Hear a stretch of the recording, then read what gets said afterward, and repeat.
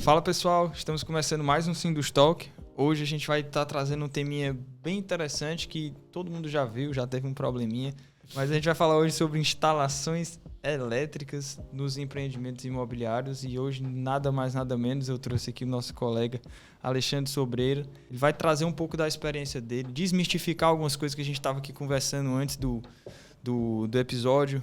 Falar um pouco mais do mercado, como é que ele está, trazer um pouco de novas tecnologias ali para os projetos de instalações elétricas. E fiquem ligados que na próxima semana a gente vai estar falando de hidráulica e de incêndio. Semana passada vocês já acompanharam o episódio, eu não vou nem falar para vocês, mas vocês sabem, toda terça-feira, 7 da manhã, a gente tem um episódio novo para vocês. Eu, Rafael, dou boas-vindas ao nosso amigo Alexandre, estou junto com o Mário, nunca estou sozinho. Então, Alexandre, muito bem-vindo. Espero que você se sinta em casa. Queria que você falasse um pouco de você, quem é o Alexandre. O Mário, vocês já conhecem quem é o Mário, mas o Mário também vai falar quem é ele. Então, Alexandre, muitíssimo obrigado por aceitar o nosso convite e seja bem-vindo ao nosso Sindus Talk. Opa, Rafael, obrigado. Mário também, obrigado pelo convite. A gente falar de instalações é sempre bacana, porque é uma área que, às vezes, os recém-formados, até mesmo os formados, têm um certo preconceito com relação à questão das instalações, né? Acha complicado, acha difícil. E é uma área que é super importante para as edificações, porque é a parte dinâmica da edificação, né? Então, quando a gente fala de instalações, a gente está falando de fluidos, de efluentes, seja esgoto, seja água, e a parte elétrica, toda a parte motriz, os elétrons, né? Mas voltando à sua pergunta, Alexandre, né? Assim, eu sou engenheiro civil, formado em 94. Depois eu fiz engenharia elétrica, porque aos 8 anos de idade eu estava brincando no parquinho do meu prédio e chegou um menino, o Marco Antônio, com uma caixa de sapato que você apertava um botão, acendia uma luz e rodava a hélice de um pirulito. Aí eu olhei aquilo ali, rapaz, tu quer me vender essa caixa? Aí ele, rapaz, eu vendo. Comprei a caixa, como se fosse uns R$30 hoje. Levei para casa, desmontei a caixa para saber o que é que fazia aquela luz acender e aquela hélice rodar, né? E nada mais era do que 2 pilhas, um motorzinho de corrente contínua, DC. E a partir dali eu fiquei encantado. Eu passava a tarde ligando, desligando, botando pilha em série, pilha em paralelo. E a partir daí nasceu assim, um gosto pela parte elétrica, pelas instalações, né? Então, já estou militando aí desde 1994 nessa área de projetos, né? Nesse meio tempo, a gente já trabalhei 10 anos como gerente de projetos da construtora Colmeia. Eu acho que a Colmeia, para mim, foi uma escola, foi um laboratório, porque a gente fazia os projetos lá dentro, a gente fazia o levantamento de material das instalações e ajudava a equipe da obra a executar. Então, toda a mão de obra de instalação, na época dessa construtora, foi nossa. Em 2004 para 2005, eu saí da Colmeia e abri o escritório Aspro Instalações, que está fazendo 18 anos agora, né? Já atingiu a maioridade, né? E Mário, se apresenta pro pessoal, acho que o pessoal esqueceu quem é o Mário. Vamos lá. Semana passada ele estava aqui.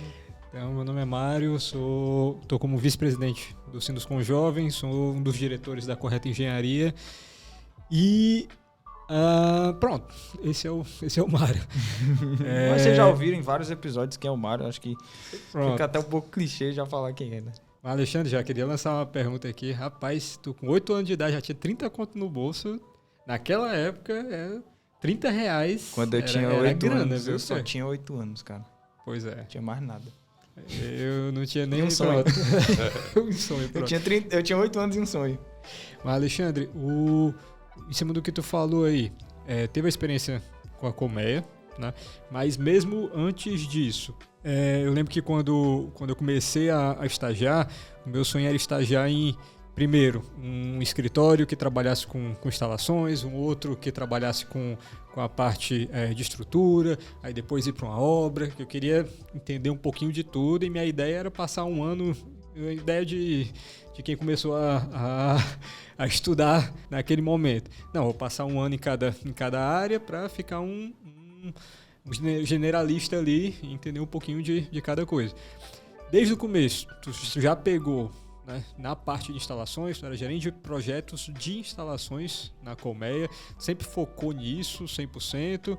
Ou tu pensava, não, vou trabalhar em obra, vou ser engenheiro de obra, e acabou que a parte de instalações veio posterior? Como é que foi? Bom, na realidade, quando eu fui fazer engenharia, eu queria trabalhar com projetos. Já foi pensando nisso? Projetos. Eu não sabia se era projeto automobilístico, não sei o que é que era. Tanto é que eu fiz engenharia mecânica também. Minha primeira faculdade foi mecânica e depois... Não, cara, minha praia não é a parte de automóveis, não. Eu vou ser projetista de prédio. Até então, como a minha família só tem bacharel em direito, tem médico, não tem ninguém da engenharia, né, assim, que pudesse me aconselhar. Então, rapaz, eu vou para a civil para trabalhar com projeto. Ao longo do tempo, até chegar eu ganhei uma bolsa de estudo para estudar na época um software que era revolucionário, o AutoCAD, né? E aí eu ficava estudando, virei monitor de AutoCAD para os meus colegas. E a partir disso apareceu, eu disse assim, rapaz, eu preciso botar isso aqui em prática. Aí eu fui atrás de um estágio. Aí eu vi, o meu irmão encontrou no jornal, precisa-se de desenhista de AutoCAD. Era um escritório de arquitetura. Isso em 92, 91. Aí eu fui bater nesse escritório de arquitetura, né, que era do Novaes. E aí ele disse assim, rapaz, não, cara, porque tu faz engenharia. Então eu vou te passar para um amigo meu, que ele é projetista de instalações, tem mais a ver com a tua área. Mas eu não estava nem procurando isso, eu não sabia nem que, assim, sei lá, primeiro semestre de faculdade, não sabia que tinha escritórios só de instalações, não sabia. Estava verde total. E aí fui estagiar no escritório do Abelardo Guerra, que é um projetista de instalações. E lá eu comecei, passei lá 1 ano e meio, 2 anos. Nesse meio tempo eu já comecei um estágio numa construtora chamada ACC Construções. Então aí tu imagina, eu trabalhava 3 dias no escritório e 2 dias numa construtora, estagiando. Então eu comecei a ver a história do projeto nascendo, de instalações, e o projeto sendo executado. E eu passei 3 anos nesse negócio, né? Depois dessa experiência, uma das minhas alunas de monitoria de AutoCAD, ela era técnica de edificações da construtora Colmeia. E aí ela chegou para mim na faculdade e disse assim, Alexandre, eu sei que tu está trabalhando aí no escritório de instalações. E lá na construtora está precisando de uma pessoa que nos ensine a receber os projetos em AutoCAD, fazer pequenas alterações nas instalações para que a gente possa mandar para a obra. Pequenos detalhes. Então eu queria lhe convidar para dar um curso lá para os engenheiros da Colmeia. Isso aí eu já estava no 4º ano, no último ano da faculdade. Aí eu disse, tudo bem, vamos lá. Aí eu montei um curso de, 8 dias, e lá só tinha um computador que tinha AutoCAD. Você vê, em 93, 94. Aí o que era a Colmeia naquela época para o que é agora? A Colmeia era uma empresa que devia ter mais de 30 obras em andamento, né, em Campinas, em Manaus, Fortaleza e Natal. Então era uma empresa grande, né? Líder de mercado total. Como ainda é uma grande construtora. E aí eu fui dar esse treinamento lá, de 8 dias. Treinei 2 ou 3 engenheiros. E a partir daí recebi meu dinheiro e voltei para a minha vida. Voltei para a obra e para o escritório de projetos. Passado, uns 15 dias, ela chegou para mim e disse, Alexandre, o meu chefe quer falar contigo e tal. E, vixe, rapaz, vocês não aprenderam as coisas, o que é que aconteceu? Eu fiquei preocupado, né? Será que eu ensinei correto? Será que estou fazendo besteira? Aí, na realidade, o chefe dela é o Otacílio, né? Que é o presidente da Colmeia hoje. Na época era coordenador de planejamento, uma coisa assim. E aí ele disse assim, rapaz, eu queria lhe convidar para estagiar aqui e tal. E eu disse assim, doutor, é porque eu já estou aí certo de ser engenheiro de uma obra e também estou trabalhando no escritório de instalações.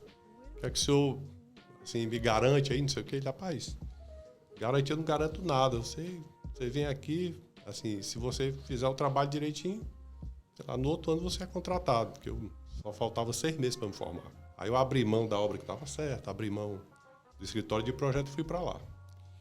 Aí ele, lembro como se fosse hoje, ele disse assim, rapaz, você vai passar 6 meses aqui na sala técnica e depois você vai para a obra. Aí eu disse assim, não, doutor, meu negócio não é obra não, meu negócio é projeto. E é projeto de instalações. Aí ele, rapaz, lá vai. Todo mundo que vem para cá quer ir para a obra. E você está dizendo que não quer obra, quer projeto? E aí começou, né? No primeiro ano eu fui analista de projetos, então fui contratado. Quando foi em janeiro, fevereiro, fui contratado, de 95. E aí ele disse assim, ó, a sua primeira missão aqui vai ser pegar os projetos que a gente contrata no mercado e colocar dentro do padrão de instalações da construtora. Tá certo? Então, assim, vou dar um exemplo. Na caixa de escada, a iluminação, a gente não coloca no teto, ali no patamar da escada, porque você tem que fazer o eletroduto e ir para o patamar. Isso leva tempo, isso atrapalha a concretagem, porque se não botar o eletroduto, ninguém concreta. Uhum. Então, a gente botava o eletroduto na aprumada e botava a luminária da parede, da escada, a luminária da escada na parede. Então, não tinha que botar essa luminária no patamar e ganhava produtividade. Então, eu saía ajustando os projetos, ajustando a questão de posicionamento de ralo, a questão de posicionamento, quantidade de tomadas, enfim. Eu trabalhei com todos os projetos da cidade, né? Então, eu me vi ali na Colmeia. Claro, eu já tinha experiência de instalações, já tinha experiência de obra, mas lá, trabalhando exclusivamente com o projeto que era contratado e com a obra, eu tinha ali um laboratório nas minhas mãos. Legal. Entendeu? Então, a partir daí, a gente... E é bem interessante isso que o Alexandre está falando, que no nosso Sunset, que a gente fez lá no ONI, no edifício da Colmeia, ali na beira-mar, que, diga de passagem, é o edifício mais alto atualmente em Fortaleza, o Otacílio nos recebeu, e ele falou uma coisa que me marcou muito, que todos os engenheiros da Colmeia começaram como estagiários. E você foi mais um exemplo de que muitas construtoras ainda acreditam nesse processo de ensinar as pessoas a cultura daquela empresa e aquela pessoa ir crescendo. Então, você que ainda está na academia, que ainda está perto de se formar, acredite na empresa que você está, entenda como é o propósito, entenda como é que funciona aquela empresa para saber se de fato você vai ter essa oportunidade. Se você não tiver, converse com o seu chefe, entenda quais são os limites da empresa, porque às vezes, de fato, a empresa não vai precisar naquele momento, mas talvez num outro momento ela precise. Então, beleza, talvez até que ponto tu pode ali esperar um pouquinho para poder ter ali o teu tão esperado sucesso. E isso é muito bacana, principalmente para quem está ali saindo e entrando no mercado e pensando assim, agora o que é que eu vou fazer? Eu mudo de estágio, eu não mudo? Eu abro o jogo com o meu chefe, falo para ele, vou me formar, como é que é? Até para você ter aquela comunicação bastante franca.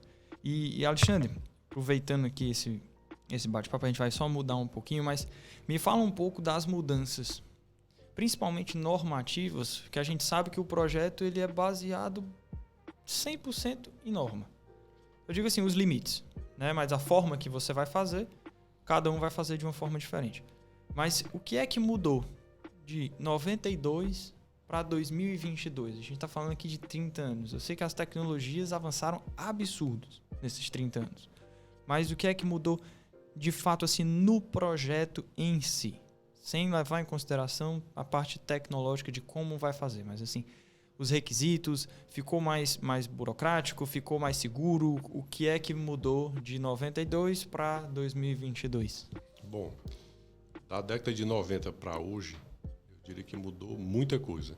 Dentre essas mudanças, a gente poderia falar primeiramente segurança. Antigamente a alimentação elétrica do apartamento vinha, passava pelo disjuntor e ia para a tomada. Se você, porventura, levasse um choque e ficasse lá energizado... Tu já levou choque, Mário, na tomada? Aquela tomada antiga? Alguns já. Rapaz, eu me lembro até qual era o aparelho que eu tava mexendo. No dia que o dedo ficou preso lá. Eu já levei vários. Doido. Então, assim... Mas é requisito pro cara ser projetista de instalação elétrica? Rapaz, não é porque a gente é entusiasta. Aí meteu o dedo lá, pum. Vamos ver se dá choque mesmo. Por exemplo, eu comecei, voltando, eu ficava brincando com as pilhas. Um belo dia eu mexendo numa gaveta, eu vi que tinha uma campainha, 220 volts. Aí eu disse, rapaz, eu vou ligar essa bicha. Eu vou ligar na tomada para ver o que é que acontece. Aí eu liguei uma perna. O barulho da campanha era bom. Desliguei o disjuntor, né? Desliguei o disjuntor. Aí liguei as pernas lá, fase neutro. Aí eu disse assim, rapaz, eu vou ligar aqui. E eu falei pro meu irmão, né? Eu disse, não, rapaz, falei pro meu irmão mais novo. Rapaz, faz assim, liga tu, porque se tu levar um choque, eu te arranco daí e dou um jeito, né? É tudo uma loucura, né? Então... Vocês não assistiam Chaves? Não aconteceu nada. Você cola, você não consegue tirar. Não aconteceu nada nesse dia, mas sozinho eu já levei muito choque. Porque eu fui brincar com ele, assim, não aconselho, não façam isso, pelo amor de Deus. A gente vai falar no próximo episódio de fogo, tá, galera? Então, assim... Mas voltando. Tem a história do fogo, quem brinca com fogo, à noite pode ter um ambiente meio molhado ali na cama. Isso. E então, com a eletricidade acontece o quê? Bom, aí o que é que eu tô dizendo? Você levava um choque antigamente, se você não conseguisse se soltar, você literalmente morria, eletrocutado. Porque não existia nenhum dispositivo de proteção contra fuga de corrente ou pequenos choques. Não tinha. Então, hoje em dia, você já tem um dispositivo DR, que é um equipamento que fica monitorando a corrente que vai pela fase e volta pelo neutro. Por exemplo, se for 1 ampere na fase, tem que voltar 1 ampere no neutro. Se for 1 ampere na fase e voltar 0,7 no neutro, ele identifica que está tendo uma fuga e ele desarma automaticamente. Então, a gente já tem esse sistema de proteção. Outra coisa, a quantidade de pontos hoje de equipamento, as exigências são muito maiores do que nós tínhamos em 90. Para você ter ideia... Uma casa tinha um computador, né? Em 90, o grande diferencial do projeto, que a gente não podia esquecer de maneira nenhuma, era botar uma tomada com aterramento no quarto de casal. Para ligar o estabilizador. Para botar o computador, né? O estabilizador e o computador. Então, era uma tomada aterrada na casa. Hoje, pela norma 5410, todas as tomadas têm que ser aterradas. Todos os pontos de iluminação têm um fio terra. Porque se você pegar na carcaça da luminária e tiver um vazamento de fase ali, então o choque vai ser diminuído porque já tem um caminho de baixa resistência para a terra, né? Então, assim, antigamente você só tinha ar-condicionado no quarto de casal e quando o apartamento era de melhor porte, nas suítes. Hoje em dia você tem ar-condicionado nos quartos, na sala, na suíte, na varanda, né? No closet tem cliente nosso em Manaus que botava até na cozinha, né? Outra coisa, ponto de televisão, também hoje, televisão que recebe, além da eletricidade, recebe TV a cabo. Naquela época, TV a cabo estava começando em Fortaleza. Eu lembro no apartamento que a gente morava, na década de 90, tinha no quarto dos meus pais, não tinha o ponto de TV a cabo. Sim. E aí tinha um fiozinho branco. Eu lembro colado, disso. Né? Com super colado, passando assim pelo porta, rodapé. Por cima do rodapé e tal, e dando a volta e chegando em algum canto que eu não lembro nem onde era. Mas eu lembro disso. Pois em 90 eu fui lá na NET pegar os requisitos técnicos para a gente deixar algum tipo de tubulação no projeto, né? A gente deixava uma tubulaçãozinha chegando na televisão para a NET. E hoje, rapaz, você recebe fibra ótica, você recebe cabo UTP, você recebe parabólica, você recebe... Eu tenho que estar preparado para receber o que vem tanto da rede urbana, porque a TV a cabo pode vir urbana, como pode vir via satélite, né? Então, hoje em dia, você não tem mais o eletroduto de TV, o eletroduto de telefonia. A gente tem uma caixa que a gente chama VDI, uma caixa de telecomunicações, que eu jogo tudo de telecomunicações para lá. Então essa caixa concentra TV, telefone, internet, vai tudo para lá e de lá eu ligo a aprumada geral do shaft, que aí sim recebe as tecnologias, né? Vocês querem saber uma curiosidade? Manda. Eu comecei a engenharia com engenharia de telecomunicações. Aí. Tu acredita disso? Tu sabia disso? Não. Mas cara, eu comecei... tu mudou. Aí depois eu mudei para civil. Pronto. Aí ele terminou na de concreto. Aí eu fui mexer com concreto. Não gosto, não era praia, choque não era muito minha praia, não. Mas é bem interessante essa questão da telecomunicação, o quanto que ela se desenvolveu, eu digo assim, desde a época que eu entrei na universidade. A gente está falando de 2013, quando eu entrei. Temos 9 anos. O que mudou em 9 anos, na telecomunicação, foi absurdo. absurdo. Não Verdade. tinha... A gente jamais chegaria aqui, um celular passando coisa pro outro, sei lá, tu lembra do infravermelho? A gente lembra, né? Tinha que ficar segurando um celular na frente do outro para passar 2 MB de coisa. Hoje em dia é a coisa mais fácil do mundo, né? E tudo isso é a evolução da telecomunicação e do digital. Você falou uma coisa interessante. A tecnologia, ela avança numa velocidade muito rápida. Então, o exercício que eu faço lá no escritório é o seguinte exercício.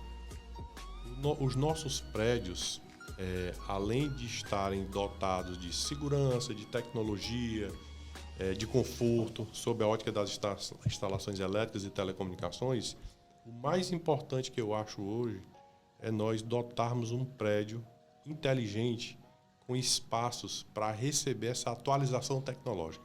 Interessante. Então, é a gente desenhar uma infraestrutura predial que vai receber o que eu ainda não sei o que existe, entendeu? Tentar ali, de uma certa forma, prever. Exatamente. Então, o prédio inteligente é aquele prédio que eu posso arrancar tudo que for de fio que tem dele e trocar por uma fiação mais eficiente, mais econômica, mais segura, que não emita gases tóxicos ao pegar fogo, tirar os cabos UTP e meter tudo fibra ótica. E isso aí tem que ser fácil. Então, o desafio hoje, na parte de telecomunicações elétricas, no projeto, é esse. É a gente dotar esse prédio dessa flexibilidade sob a ótica de manutenção, sob a ótica de retrofit, né? Para que essa edificação tenha uma vida útil maior, entendeu? Alexandre, tem outro desafio aí também. A tecnologia está avançando, a forma da gente fazer o projeto está avançando, isso está ficando cada vez mais rápido. Aí a gente sempre bate nas aprovações. Né? Hoje, antigamente, na década de 90, você ia fazer um projeto, você tinha que pegar o projeto de telecomunicações, levar na Oi, né, para aprovar. Não lembro qual era o nome do rapaz que aprovava lá. Tinha um Val alguma coisa, Valnei. Não, tinha o Vianney, que era da Coelce e da Não, o Vianney era da Coelce. Você tinha que levar o projeto na mesa do Vianney, o Vianney autorizava. Da Oi tinha outro rapaz que ele autorizava também. Aí eles analisavam a parte externa que você fazia a ligação daí.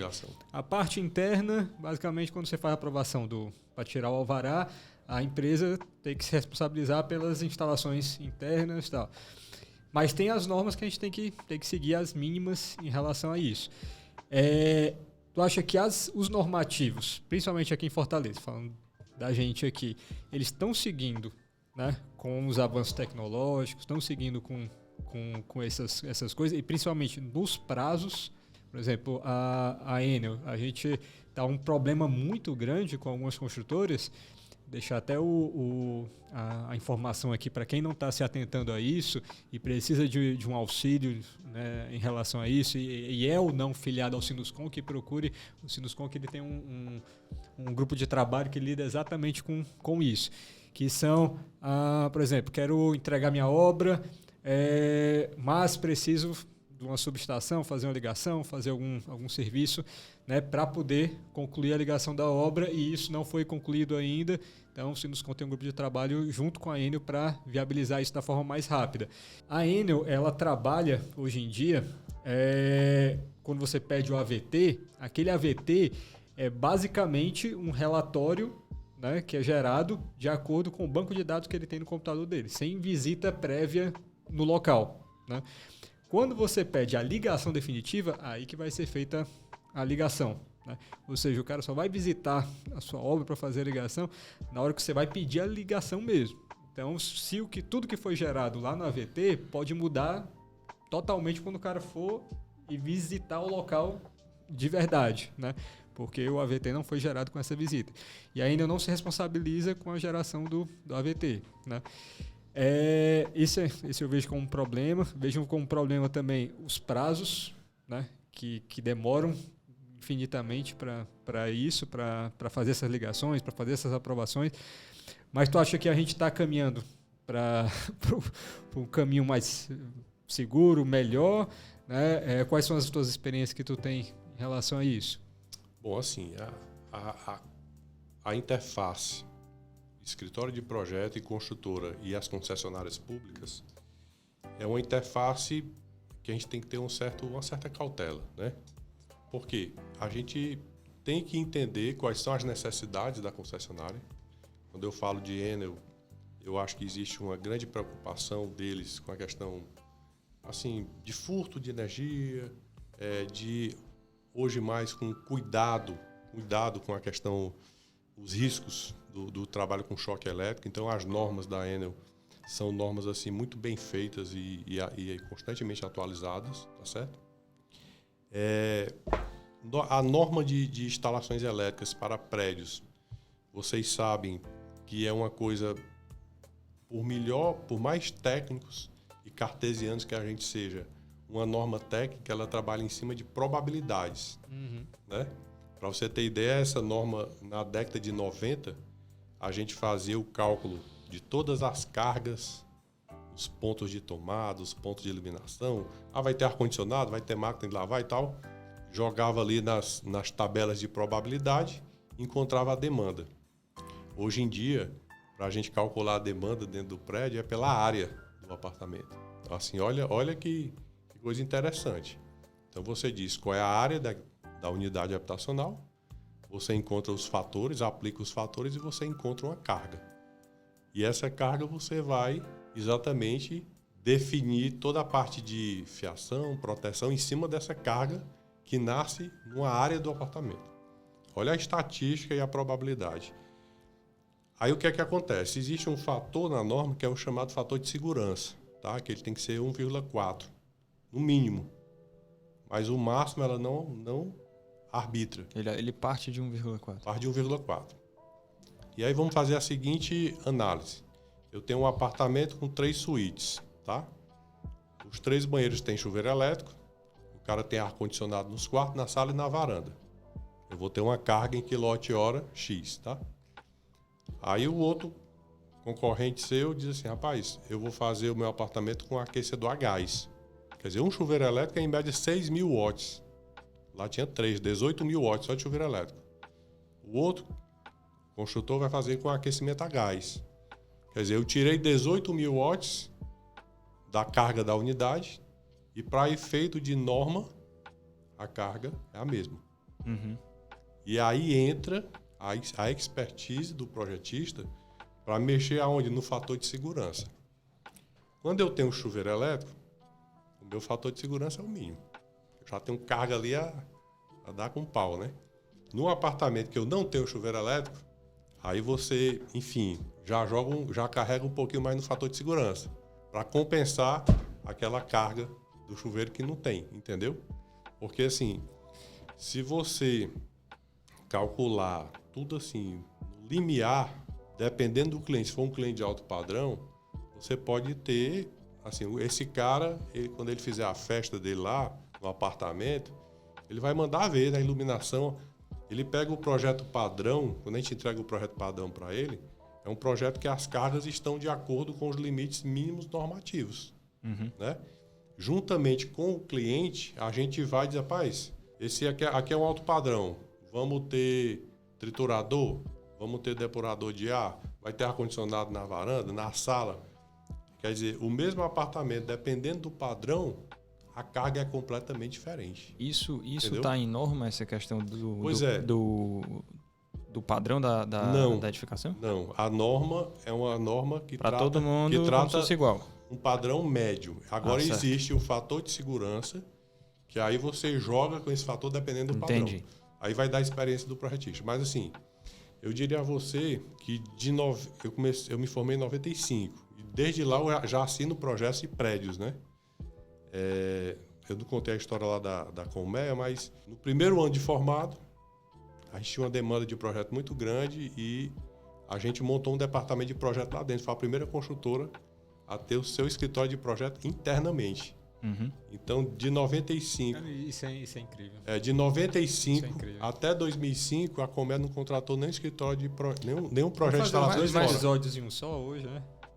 O quê? A gente vai fazer dois episódios, vai ser um episódio maior. A gente tá indo pro maior porque tem muito conteúdo. É muita coisa. É muita coisa. Por exemplo, esse negócio aqui. E bem interessante o que o Alexandre tá trazendo Em outros países, empresas de real estate, né, de construção, boa parte delas tem um escritório de arquitetura, um escritório de projetos. Às vezes a arquitetura e instalação estão no mesmo escritório de projeto. Eles chamam de escritório de projetos. Sim. Não é escritório de arquitetura, escritório de instalação, escritório de estrutura, não. Às vezes é um escritório de projetos. Então ele vai ter tudo no mesmo lugar.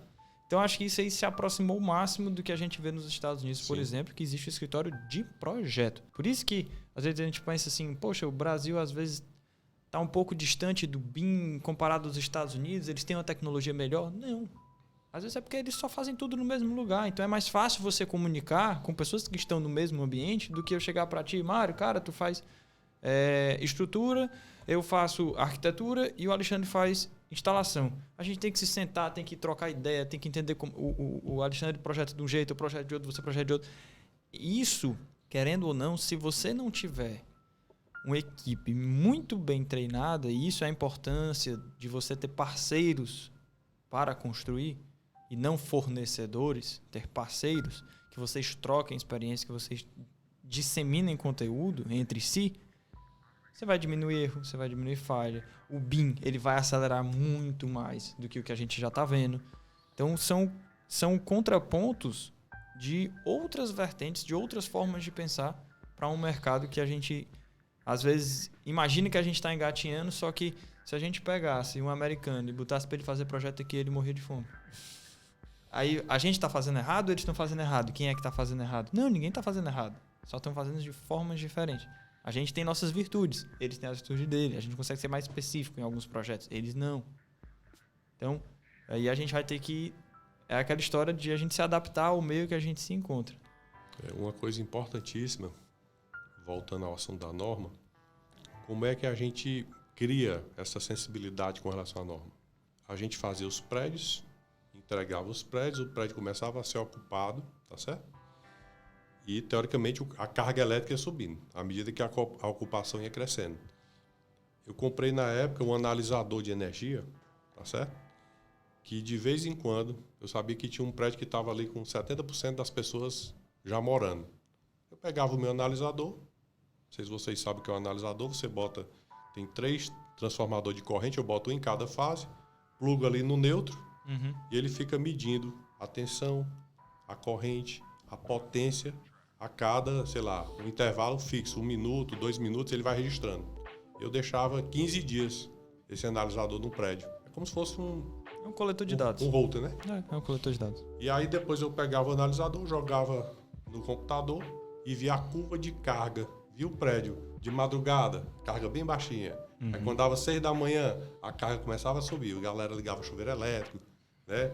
Aí desligava os ar-condicionados, caía um pouquinho. Aí começava. E aí eu tinha o perfil de carga do prédio todo registrado. E uma amostragem de, às vezes, 15, 20 dias, eu comparava aquela carga medida com a carga calculada. E aí eu olhava, na minha memória de cálculo, eu vi assim, rapaz, realmente nesse aspecto a norma tem uma folguinha aqui, tem uma folguinha acolá.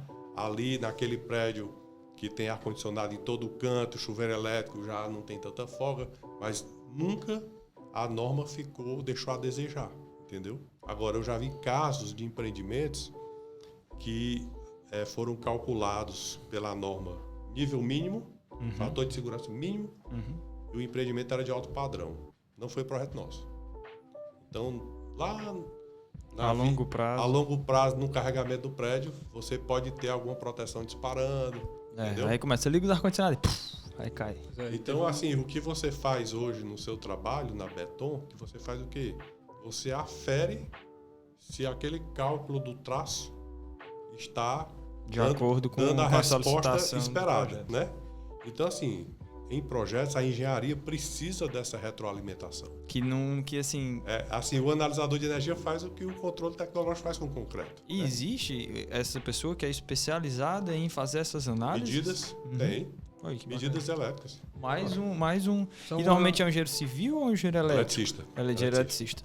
Mas, o nome é engenheiro eletricista. Eu falei engenheiro elétrico. Esse cara ele vai ser quem vai fazer um um teste no início da obra para gerar um laudo, ou então no final, uma coisa assim. Não. Mas não com a finalidade de gerar dados para que a construtora, né, utilize isso no banco de dados futuro para um novo projeto.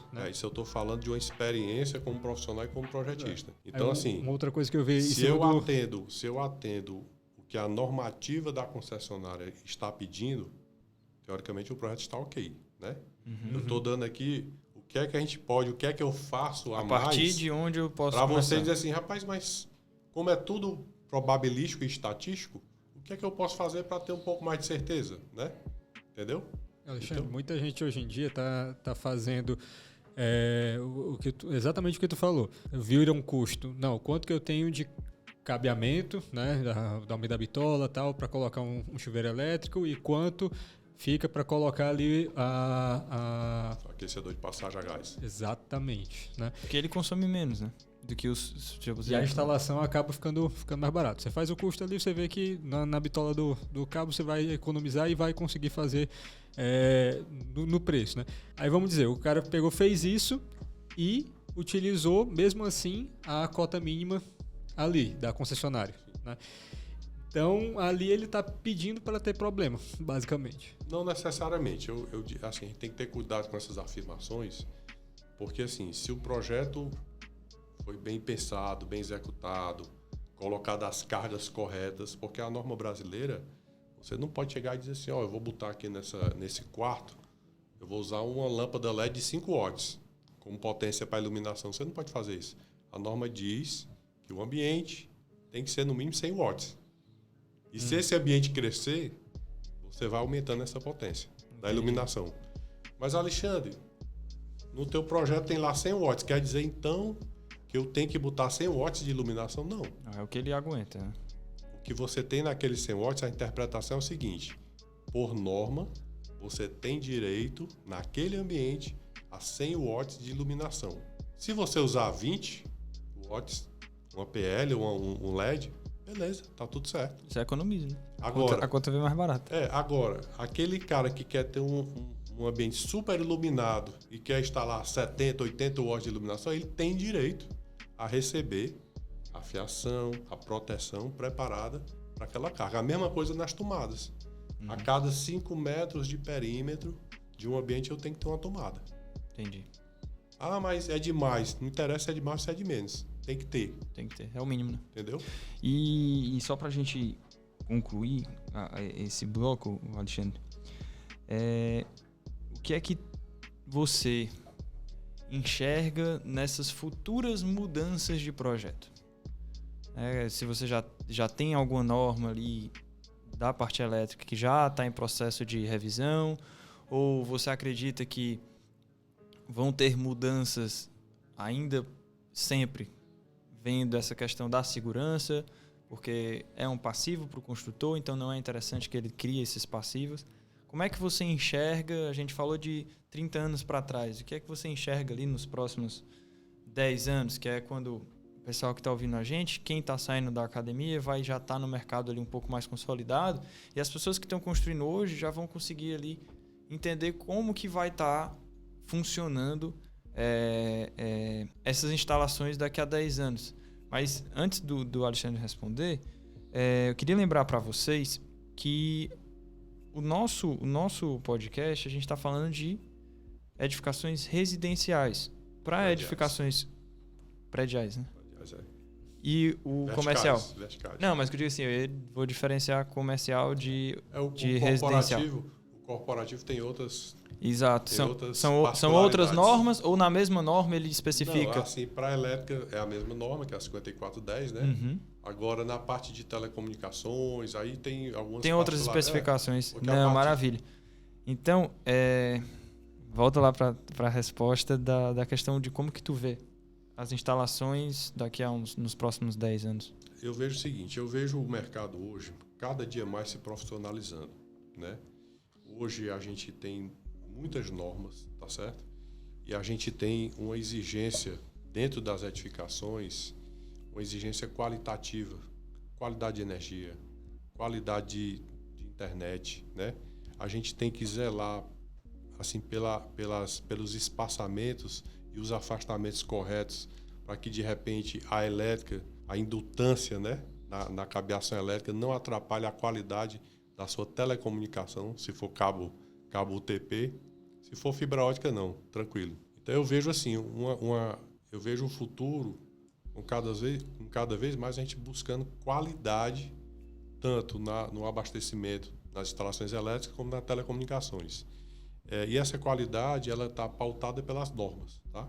Então assim, os apartamentos hoje cada dia mais estão se carregando mais de tecnologia, e para a tecnologia funcionar bem, a energia tem que ser de qualidade, tá certo? Estável também. Tem que ter estabilidade, tem que ter continuidade. Ao mesmo tempo, os equipamentos eletrônicos de telecomunicações, a gente precisa de qualidade, de velocidade, de estabilidade. A gente precisa casar muito bem a elétrica e as telecomunicações para que elas trabalhem harmonicamente, entendeu? E assim, o futuro traz cada dia mais uma casa conectada, uma casa autônoma, uma casa controlada à distância. Hoje em dia, não interessa se eu vou trabalhar no meu escritório ou se eu vou trabalhar na minha casa. Assim, o acesso aos bancos de dados, às nuvens, tem que ter a mesma qualidade, seja no corporativo, seja na minha casa. Então, eu vejo assim, cada dia mais as casas conectadas, mas para que essa conexão e esse bem-estar tecnológico aconteça de uma forma saudável e salutar, as instalações precisam estar dentro das normas executadas perfeitamente, com garantia, seguindo todos os protocolos. Isso aí é o futuro. E outra coisa, a casa precisa e o apartamento precisam estar preparados para receber todas as demandas tecnológicas que ainda vão acontecer. Então, a gente precisa de acessibilidade, a gente precisa de shafts que possam ser desmontados e trocadas as tecnologias sem ter que quebrar a parede, sem ter limitação de dutos, entendeu? Então, cada vez mais usar eletrocalhas, usar leitos, né? Shafts espaçosos, tá? Na medida do possível, para que essa edificação ela tenha uma vida útil maior e ela sirva com conforto àquele usuário de uma forma plena, segura e confortável. Então, galera, depois dessas palavras agora do Alexandre, a gente vai estar concluindo esse episódio, né? No próximo, a gente ainda vai estar tratando sobre outro tema com o Alexandre também, com a presença dele. E a gente queria fazer um apelo para vocês para divulgarem, né, esse podcast, esse conhecimento que a gente está trazendo mais pessoas aqui, se esforçando em estar conversando sobre esses temas, passo a passo de uma obra, né, do começo até a entrega, depois manutenção, tudo, desde o concebimento dela. E com certeza isso daqui, você conhece mais alguém que vai dar valor, assim como você, ao que a gente está tratando aqui. E a gente pede que pelo menos 2 amigos, né, divulgue, né, manda ali o link e seguir em todas as redes sociais, né? A gente tem o canal do Sinduscom no Instagram, o canal do Sinduscom no YouTube, Spotify, Apple Podcasts, Deezer, né? Rapaz, tem tanto canto. Aí. Se cada um compartilhar uma vez com uma pessoa, eu tenho certeza, a gente já vai atingir uma quantidade de pessoas bem significativa. A gente vem numa crescente bacana. Eu acredito que isso é muito importante. A minha máxima é que eu sempre digo que conhecimento que a gente não compartilha, ele morre. É a única coisa que se você não dividir, ela acaba. E, pessoal, compartilha, curte, manda para um colega seu que você acha que vai contribuir para o conhecimento dele. E agradecer, Alexandre, por estar aqui conosco, compartilhando, primeiro, do seu tempo e, segundo, do seu conhecimento com a gente. Eu acredito que foi muito bacana. Eu aprendi muita coisa. Não é o mercado que eu atuo, mas toda a vida que eu sento nessa cadeira, eu saio com pelo menos, eu acho que umas 2 lições novas, 2 aprendizados novos. Eu acredito que vocês que estão ouvindo a gente também aprenderam bastante coisa.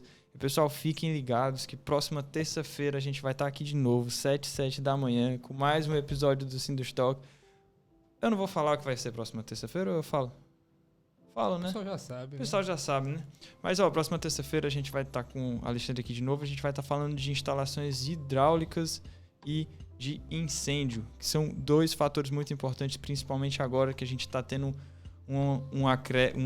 um uma elevação de gabarito de edifícios, então a gente tem que estar um pouco mais preocupado com essa questão do incêndio. E pessoal, tem muita coisa boa para vir. Alexandre, muitíssimo obrigado por estar aqui conosco, suas considerações aí finais para a gente se encontrar na próxima terça-feira. Bom, obrigado pelo convite mais uma vez, Rafael, Mário. E terça-feira estamos aqui para falar de instalações hidráulicas e combate a incêndio, tá bom?